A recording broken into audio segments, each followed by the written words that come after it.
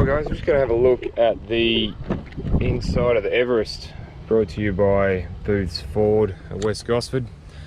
So here we are here, obviously you got your window controls there, your door lock control there. Alright, so we have full leather seats all around. Check that out, it looks pretty good.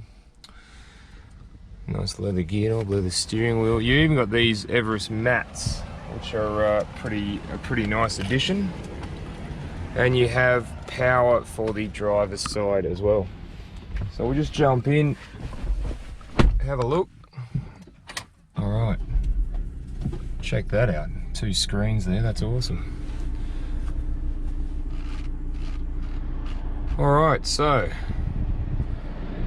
here we are. We've got 2 screens there. Right, so let's start, just have a look at a few things in here and yeah, go through a few things with you. So we'll start down here. Now you've got headlight controls and your fog light controls there.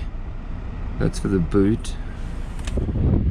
Alright, so you do have cruise control, active cruise control I should say, there, and you have your phone and media controls just here, with right here. So now we move on to the screens. So have a look at that. We've actually got 2 LED screens and a speedo there. Now you can, using these buttons here, you can actually see that. You can have a digital speedo if you want, which is not too bad at all. Now, there is a whole heap of bits and pieces that you can choose here. Driver assist, for example. You have your cruise control, driver alert, lane keeping, pre-collision, traffic signs. So you can go on and do which mode you want, how much intensity you want, your pre-collision, driver alerts there, cruise control. Options as well, adaptive cruise, there you go, or normal cruise, which is a really nice thing to have. So we'll just go back to that. On the other side here we have entertainment, navigation and phone. So you've got obviously what radio station you're currently on, you have your navigation which will come up there if you've got it set up, and your phone as well.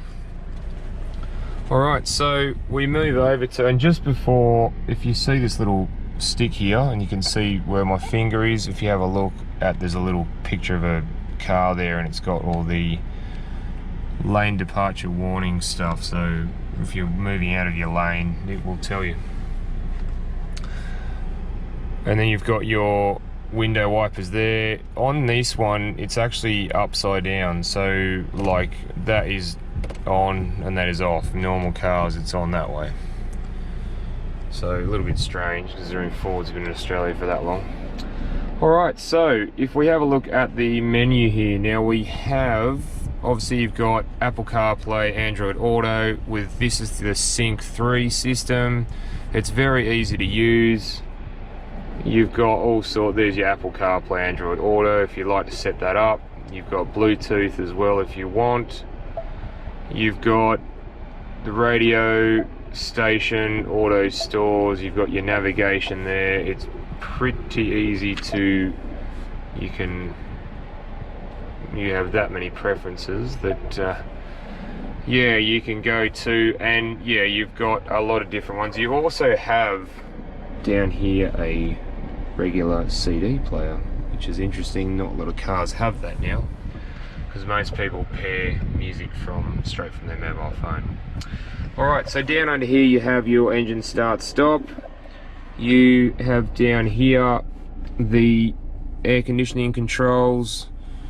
Under there you have a USB, you've got a 12-volt plug there, and underneath you also have a USB there. I believe that's a charging one. So you've got another pocket down here. Now you've got these things here. You've got your parking sensors. If you watch, that'll say off. I prefer to leave them on. Traction control, that will appear up on the dash there. You've got locking rear diff and your 4x4 low mode. So when you put 4x4 low on, it will say for 4x4 low, shift into neutral. So we will, and it will pop that into turn the traction control off, and it's in full low. So we can lock the rear diff as well. If you can see down the bottom there, it has a locking, it's locked the rear diff now. If we want to come back out of it, we just hit the 4x4 low mode and it will come back to normal. There we go. Alright, so we have this terrain management control. I don't know if you can really see that. Obviously this is normal driving. If you look on the dash, it will actually say snow, mud, grass mode active. You've got sand mode and you've got rock mode. It says you need to be in 4x4 low in order to do that. So that's a really good thing for this car. This has got the 6-speed automatic transmission with sports mode as well. Nice handbrake with leather. I love these leather bits here. You've got dual cup holders. You have a massive amount of storage there, which is a really good thing. And as well, you do have bottle and pocket holders there as well. Alright, so what I might do is I might just jump in the back and have a look in the back to see how it fits. Alright, so I'm just going to jump in the back and have a look. Alright, so as you can see, I've got a bit of headroom there, which is good. I've got heaps of knee room and leg room and foot room as well, which is a really great thing to do. Now, I did want to show you this down here. This here is your ventilation controls. You've got hot and cold and your fan speed, and whether you want it on your feet or just on your face. And below that we have a 12-volt plug and a 150-watt power adapter. That's a pretty cool thing actually, to have a an actual 230-volt AC power adapter there.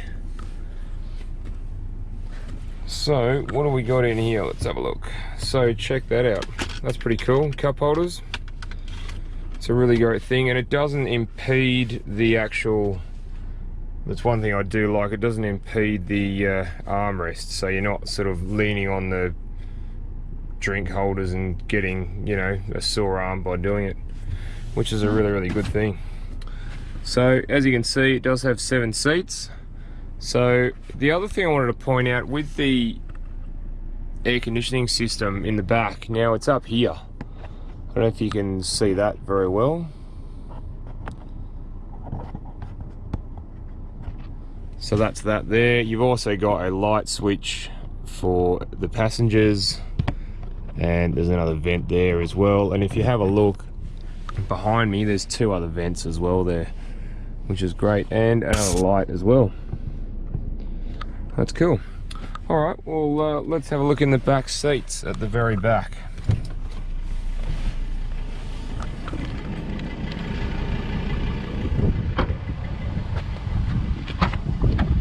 I'm never gonna get tired of these opening itself. How good's that? All right, so I'll just pull this up. Right now, there you can see there's one of the rear seats. I can pull this one up, make double rear seats. Now there's still a little bit of room here for shopping and things like that. You also have a little cubby hole there, and if you lift this up, you do have some storage space for jack and your tow ball as well. And easy enough to put this down, you just pull that lever and they come back down again. So that's a really great feature. Alright guys, let's check out what's under the bonnet.